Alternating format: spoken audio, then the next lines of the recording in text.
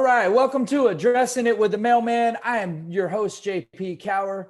I got some special guests tonight, but first, I'd like you to follow me on One Mailman on Instagram. Give me a follow and like, and also JP Cower Comedy on Facebook. And I have a YouTube channel. The link is on my Instagram. And please subscribe and hit the notifications. All right. So before I get started, I'd also like to say my buddy gave me this hat. And this hat, it says, bet on who?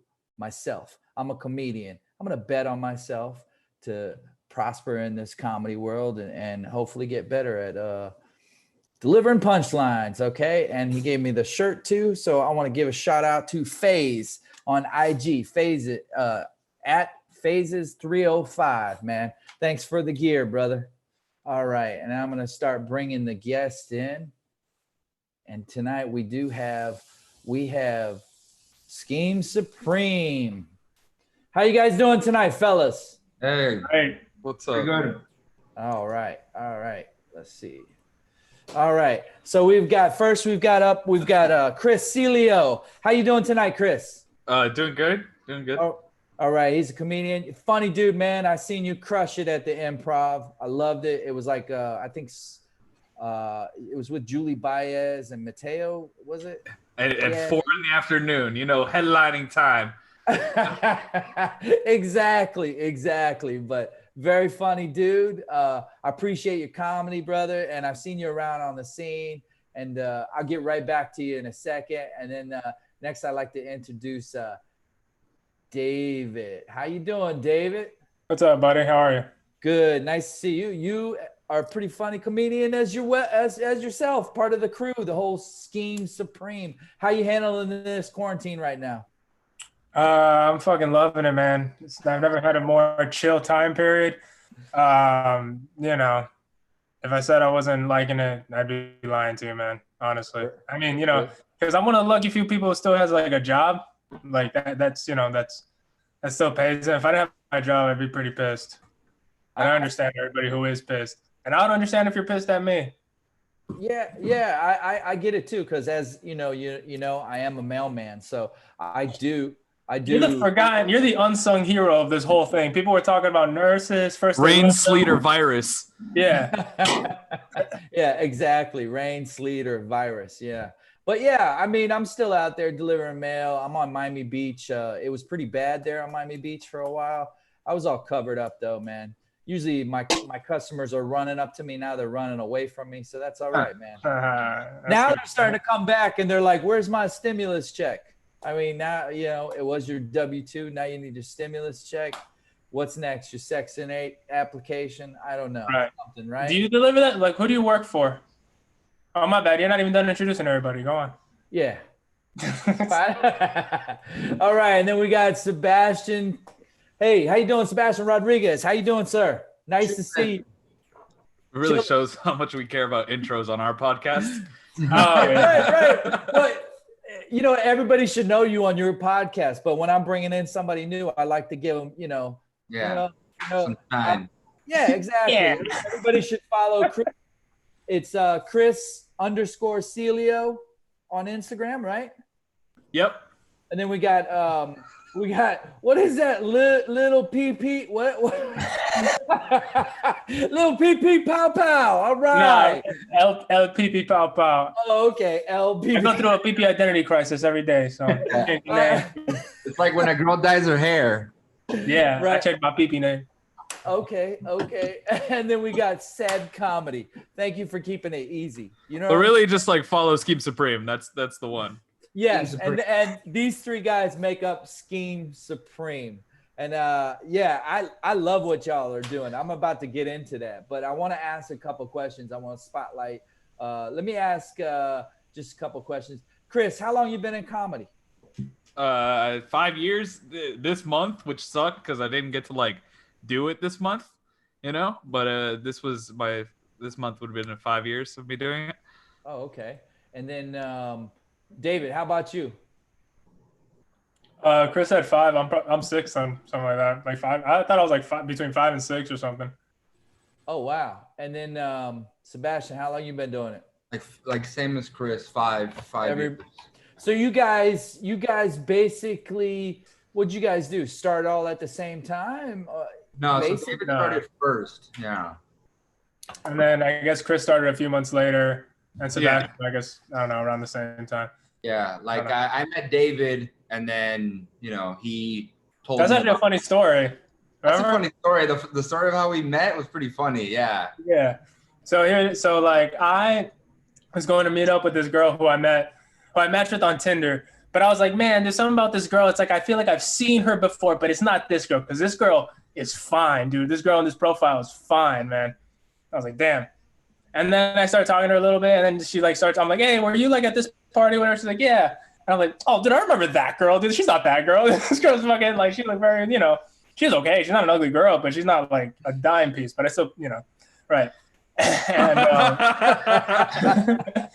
so I show up at this at this house, and then Sebastian is there because we all had like mutual friends. So I show up at this house that this girl was at too, and Sebastian was there, and then we hit it off. So I was like, oh man, it's like a reverse catfish. Like I went, and then I met someone a little better, dude. Yeah. Okay. So my friend is like, oh, David, you do comedy. Sebastian is a comedian too. And then David's like, no way. Like, where do you do shows? Like, I haven't seen you. And I'm like, I've done 2 shows. And he's like, oh, so you're not a comedian. You're not a comedian. Yeah. Okay. Yeah. But still, you are. You guys are very funny. I've seen all you guys. I know little bits about, Sebastian, you got that, what's that, Flanagan? You got right? Yeah. and then I hate that that's the bit you want to represent him by. Not it's if Miami. hears this. No, all right. I won't get in. Yeah, It no, I won't get into y'all's bits, but you guys are all real funny. You can say that Flanagan's part again, though. I doubled my cup. Okay, so yeah, baby. Yeah. Here you go. Oh yeah. That's right. All day. All day. So okay, I brought you guys on here as Scheme Supreme. Okay. I've already said, voiced my opinion. You guys are real funny guys. I enjoy your comedy. And also I have Vincent here. You guys know Vincent? I don't think we've met. You haven't seen Vincent? I know Sebastian knows Vincent, yeah. Right. We've met before. They have a history though that I just found out when I told him that you guys were interviewing. Do you remember that Vincent told you, Sebastian, that he could help you with that bus? Oh yeah. And every other comic. In like a Little Haiti. What was that? The Sean Mullins show? Yeah, it's probably at Renee's. Renee's, yeah. Hey, yeah, I remember that you said you could help. Oh yeah, they were like, they were working on that bus. I said, shit, I would have had that bus finished 6 months ago before these guys. Yo, what, dude? Yeah. Yo, dude, you fucking try it, dude. Yo, I'll meet you at the bus, bro. Come through. Oh yeah. 3 o'clock. Okay. 3 o'clock start sharp. Yeah, meet me at the bus stop, dude. My fingers and my back are in so much pain, but if not, I would throw these hands right now. He's just messing with you. You know that. Yeah. So he did tell. All right. So with the bus, okay, let's say you get it done, right? Right. And I want to leave this up to Vincent. Also, Vincent, go ahead, I don't like that. Let's say, all right, when you get it done. Let's say you guys make it to the starting point of this. Yeah. Yeah, Chris puts in a lot of fucking work for you to belittle him like that. I was watching one of your videos the other day, and I did not know tape measures came in Braille because Chris was nailing those inches down. He knows his inches. Yeah. I mean, that shit was funny. But Vincent, he told me something earlier, but I want him to ask this question if he's going to ask it about when you guys get it. It's on the road. Come on. I'm putting him on the spot. Okay, I'll tell you. The jerking off? No. Okay, so when you guys get it on the road, everyone eyes closed. That's a rule for that, by the way.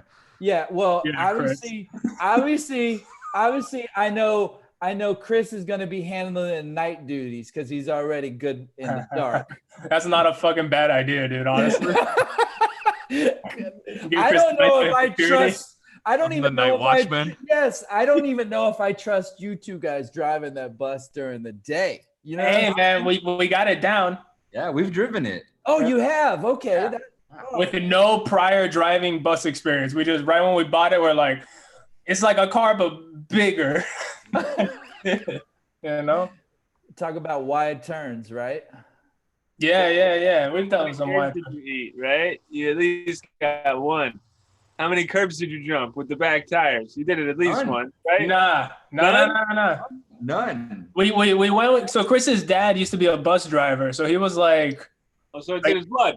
He warned us about CDL. Like he had his CDL before he had driven big things. Yeah. Oh, okay. Uh-huh. So you had some inside. Yeah, we had some pointers. Yeah. That's good. That's good. We also almost killed him though. Yeah. It was funny. Like I thought they would. A lot of people. David almost killed them. Hold on, Chris is saying something. I thought he would have driven it for longer. Apparently, he was just like, "No, yeah, it's good," and just let him drive after like 3 minutes, right? Yeah. He drove to the gas station, and then that was that basically. Okay. So obviously, we know that Chris is the brains of the operation. Okay. So who originally bought the bus? Is that something that you guys all invested in together? Was this just like? Dave, I mean, technically bought, like I'm the one who put down the money, but that wasn't the genesis of the idea. And there was like a long process before that of like thinking about it. Okay. Tell me more. What were you guys thinking? When did this come? Were you guys all together, the same time? Sebastian was the first one who thought about it. Yeah, I was thinking about like for myself, like I'm like, I want to move to do comedy like in a more professional way.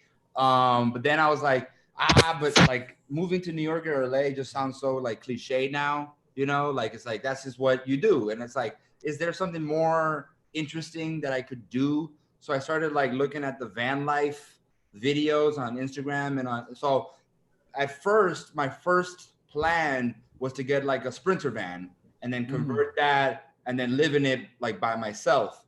And then, I'm hanging out with David and I tell him that. And then he's like, fuck, that kind of sounds pretty decent. So then I'm like, well, what if we get like a little school bus and then it'll be the two of us.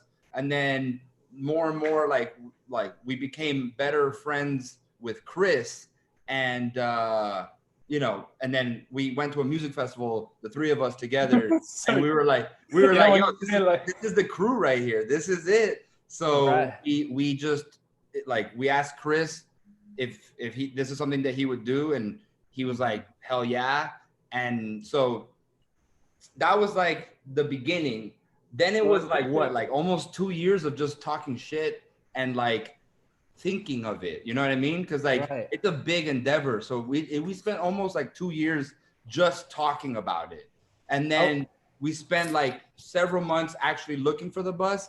And then kind of like the perfect bus fell into my lap. I showed David, we went up to Orlando and then he bought it. And then I paid him the other half. Yeah. By now it's been paid for, but yeah. Oh, okay. That's cool. Because like me, I'm only a year into comedy. Okay. And Vincent's been doing it a couple years. And then you got like, I also hang out with Kevin and Kevin Benoit and Ruben Gonzalez, but Ruben moved away, but we considered ourselves like comedy boys, kind of like you guys are Scheme Supreme. Although once you get on the bus, are you going to be called Bus Boys? Man, we've been calling ourselves Bus Boys. Yeah, we're already. We're the Bus Boys. I mean, why not? I mean, people are gonna say that right away. Look, that's some bus boys, It's like a diss to one of us if we question each other's bus boyness, dude. Wow. Like, I ain't seen you at the bus in a bit. You not a bus boy? Like, oh fuck, I ain't a car bitch. Yeah. Can I ask you, are you guys, when you convert this totally and you have it up and running, are you gonna still stop at the train tracks? This vehicle stops at with all the stop signs train open. tracks. Yeah, dude. We're not slipping out of anything in that bus, dude. It's impossible to break a rule on that shit. You will be seen. Right. Also, it gets And broken in half. But yeah. with all the videos that you guys are taking and putting like the shorter clips on Instagram, are you recording longer like videos? Because I think it would be smart to like eventually have like a documentary about it once you guys. It'd be really cool. Yeah. At first, right, we wanted to like record everything, edit everything, and then kind of like put like kind of like vlogs, like weekly vlogs. That's what like most like bus van life people do. But then like we were trying, you know, we were recording everything, you know, but then it was like the direction of the video kind of got lost, because at first it would start out like instructional, like, hey guys, so this is what we're gonna do today, and blah blah blah. And then halfway through it'd be like me and David fucking standing around like holding our heads, like not know, because we don't know what we're doing. So a lot of what we do is like, you know, we're making mistakes, we're like thinking about things, we're like double thinking, like we're like, you know, double guessing ourselves and shit. So second guessing. Other YouTubers don't have to put up in the middle of their instructional vlogs them going to other people's instructional vlogs to look it up. You know? Yeah. So it just became like the shorter clip stuff. And then like now basically I feel a little more comfortable like with our workflow on the bus.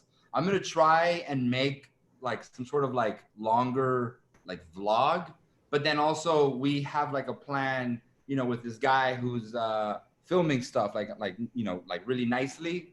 At Air Adriano, right? Yeah, at Adriano. He's like our friend, and he's coming to shoot and take pictures and video. So at the end, hopefully we can incorporate like the footage from our vlog and his like nice cinematic footage to make like a cool little doc.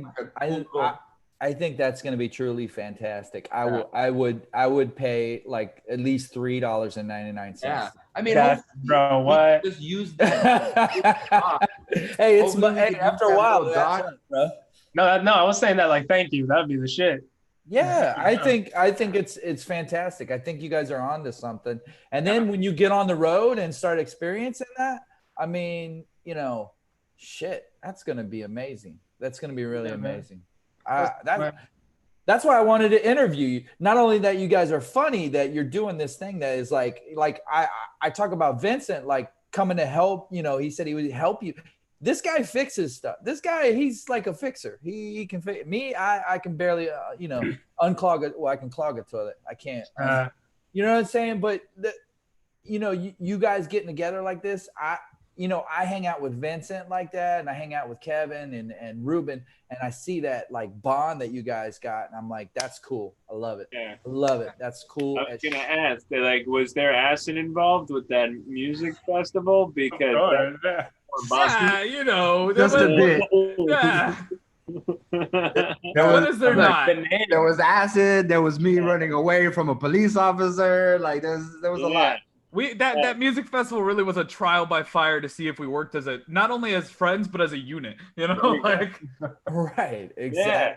A near-death experience is always bonding, you know, no matter how you look at it, and that's basically what it is.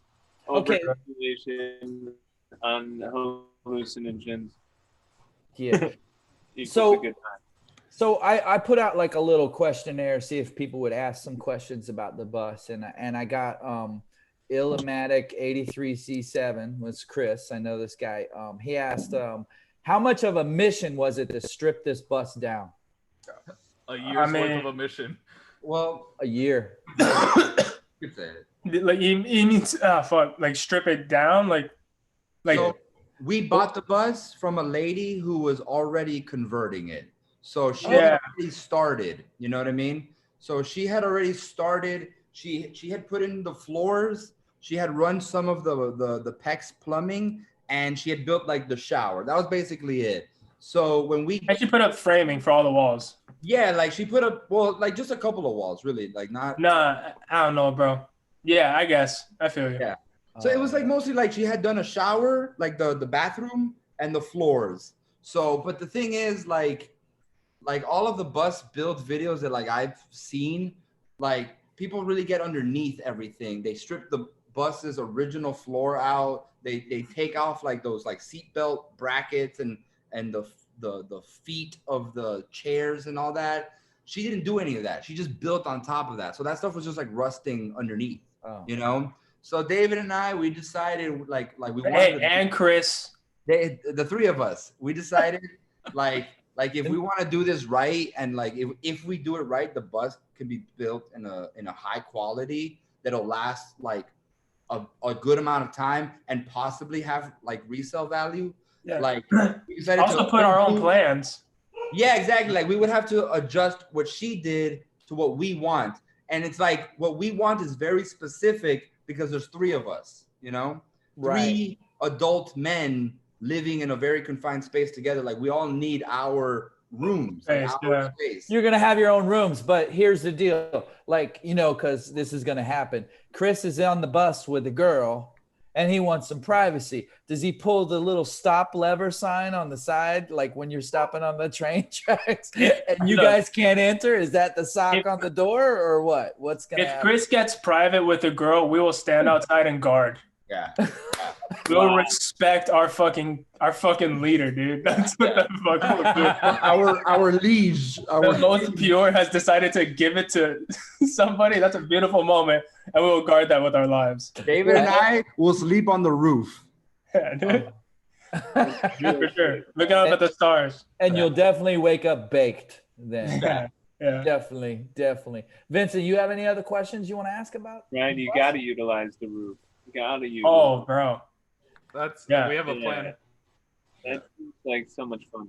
I'm excited. I actually think that, are you guys actually planning on like living in there full time when you're not touring, or is it only gonna be like to make runs to, you know, we're just planning it, like it's not really even like a tour plan. Like that's never been our, like it's just like we're living in it, we're just gonna travel everywhere, you know? Like if the cliche is like the three of us move to LA, get shitty jobs, live in a shitty apartment, eat dick until, you know, 10 years.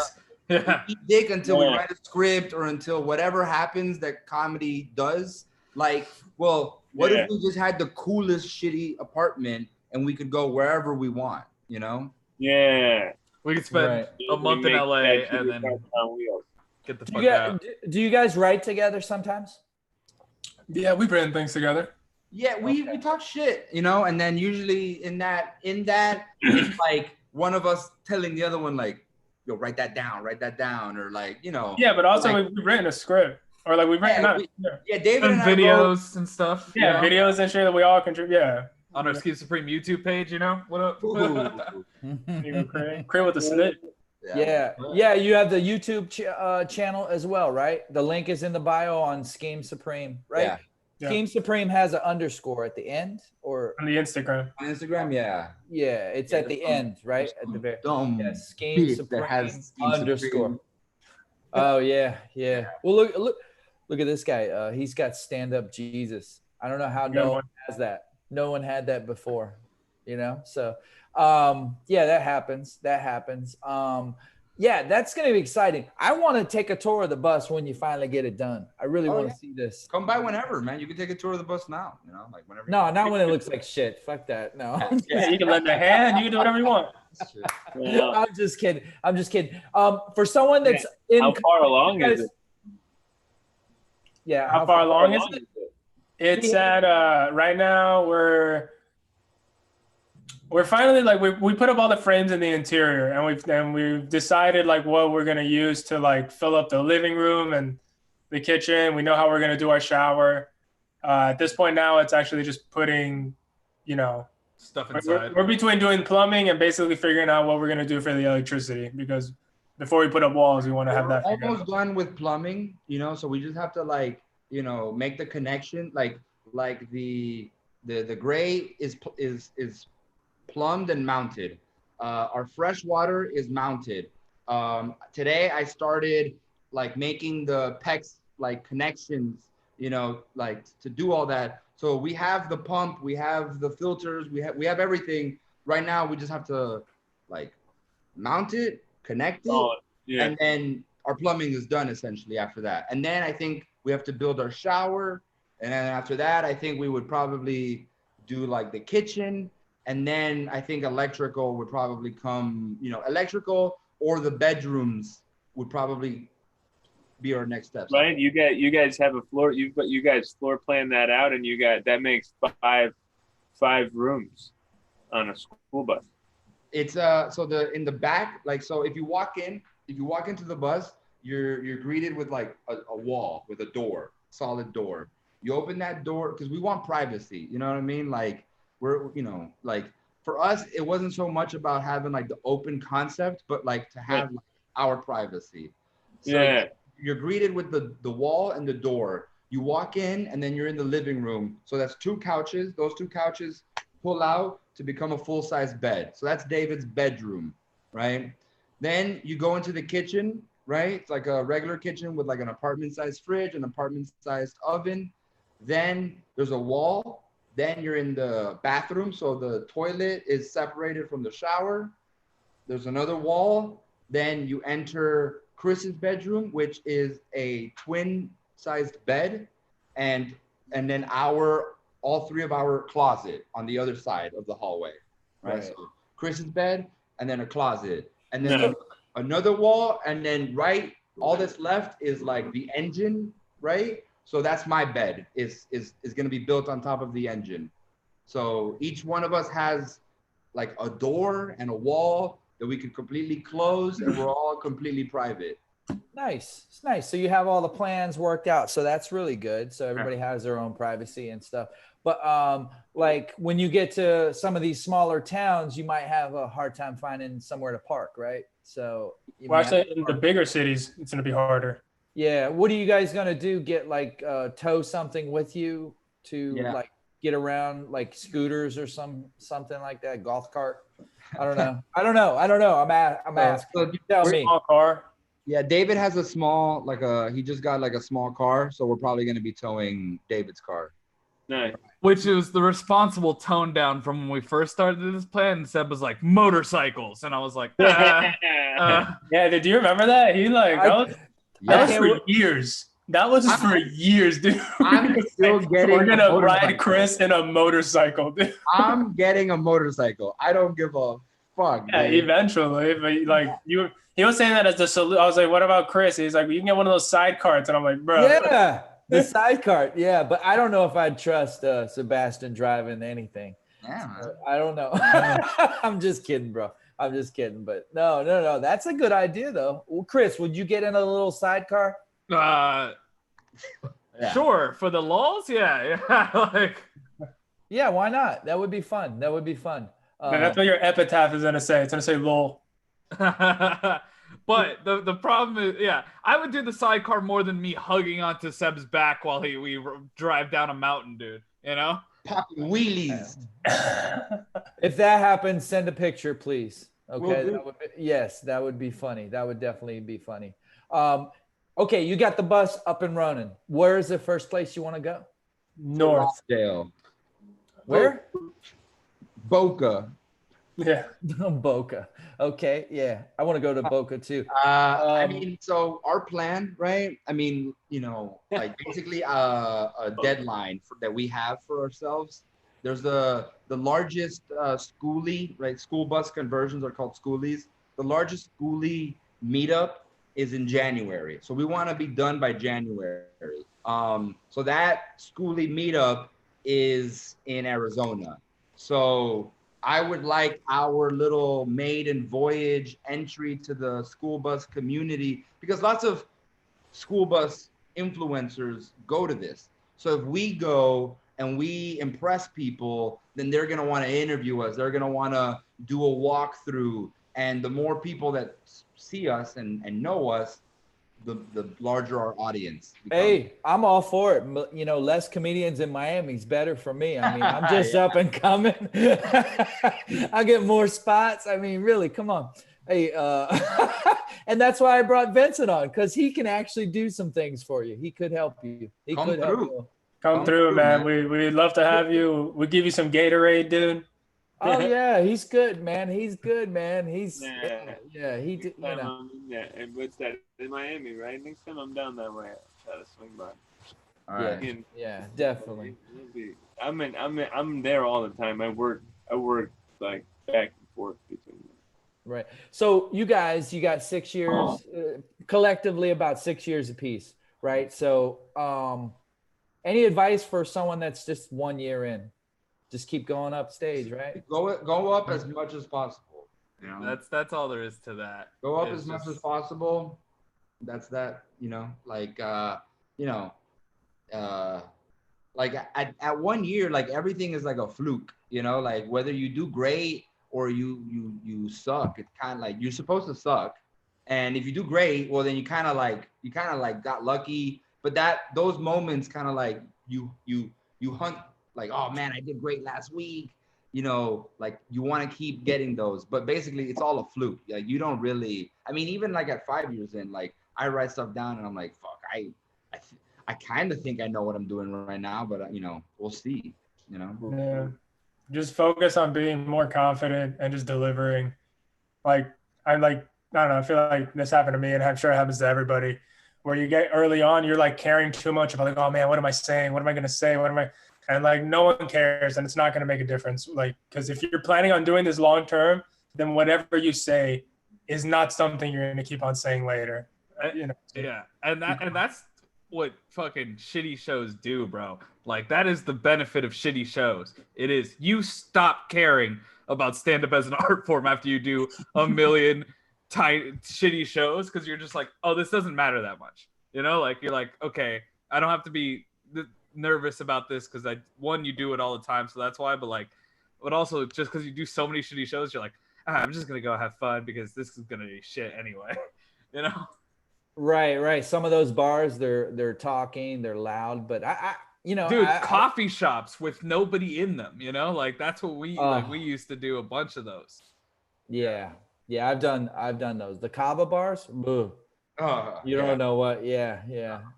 We did a show at a kava bar once. I don't know if David, were you there with me when the back room was just deaf people and they were just mistiming their laughs, so you'd be in the middle of your next setup and they would be laughing at your last punchline like like it was the worst. Like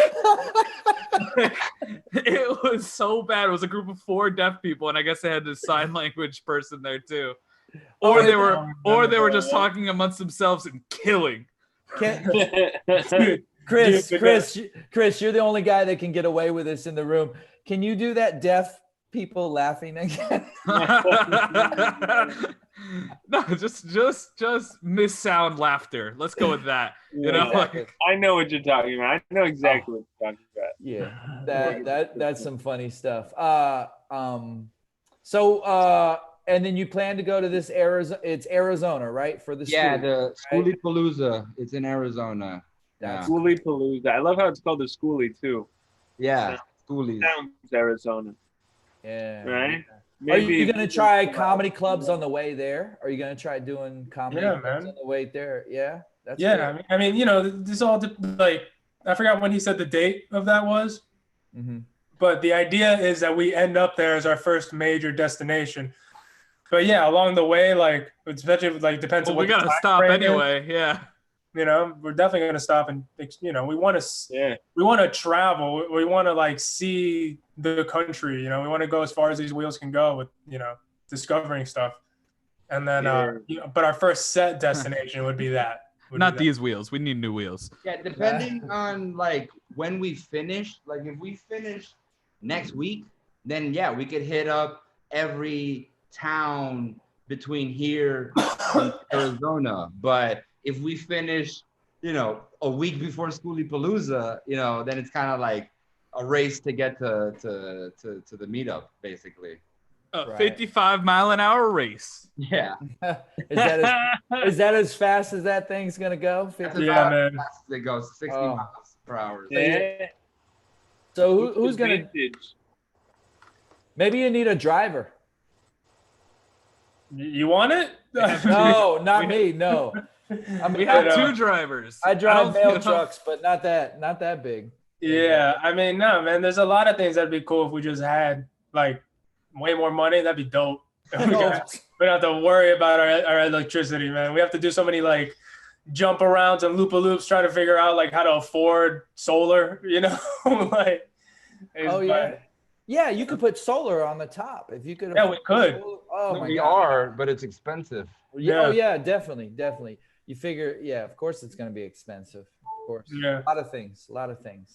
Yeah, but, we're building our home, so it's like we're building it comes with the prices, but it's cheaper than anything else we would be able to do, and it's gonna be ours, Right, and it's like, that's if you think about, like, if we move to LA, like, I have friends that live in LA, like, it's expensive to, like, live there. Like, if we got, let's say we did, like, the shittiest version of it. So the three of us move out to LA, we get a 2-bedroom and one of us sleeps in the living room. Like, we do it, like, low level comics, right? Yeah. Like, we're still gonna be paying, like, over $2,000 a month for, like, an apartment over there to do that. So you take $2,000 a month times a year, and it's like, if we build this bus and it lasts longer than a year, well, then it paid for itself. Like, it's definitely better than rent. It's better than, living in sleeping on a futon. I mean, essentially, we're all kind of sleeping on futons. So, like, and you got a brotherhood there. And you know that, like, let's say, one of you guys actually make it, right? Mm-hmm. Are you talking about coattails? Yeah, for sure. Those are your boys, right? Yeah. David, if you make it, there you have your open and middler right there. Sure. I mean, we're riding Chris's coattails. He's leading the way. Yeah. Well, I told you earlier, I know that's the brains of the operation. So how did you? Yeah. So that's great, man. I really enjoyed interviewing you guys. I think I'm going to end it right here. I appreciate you guys coming on the show. Cool, man. Thank you for having us. Yeah. Thank you, man. And don't go anywhere. I'm going to stop the live. Good night, everyone. Thanks for coming in and watching Dressing It with the Mailman with the Scheme Supreme crew here and Stand Up Jesus. Thanks again. Till next Wednesday.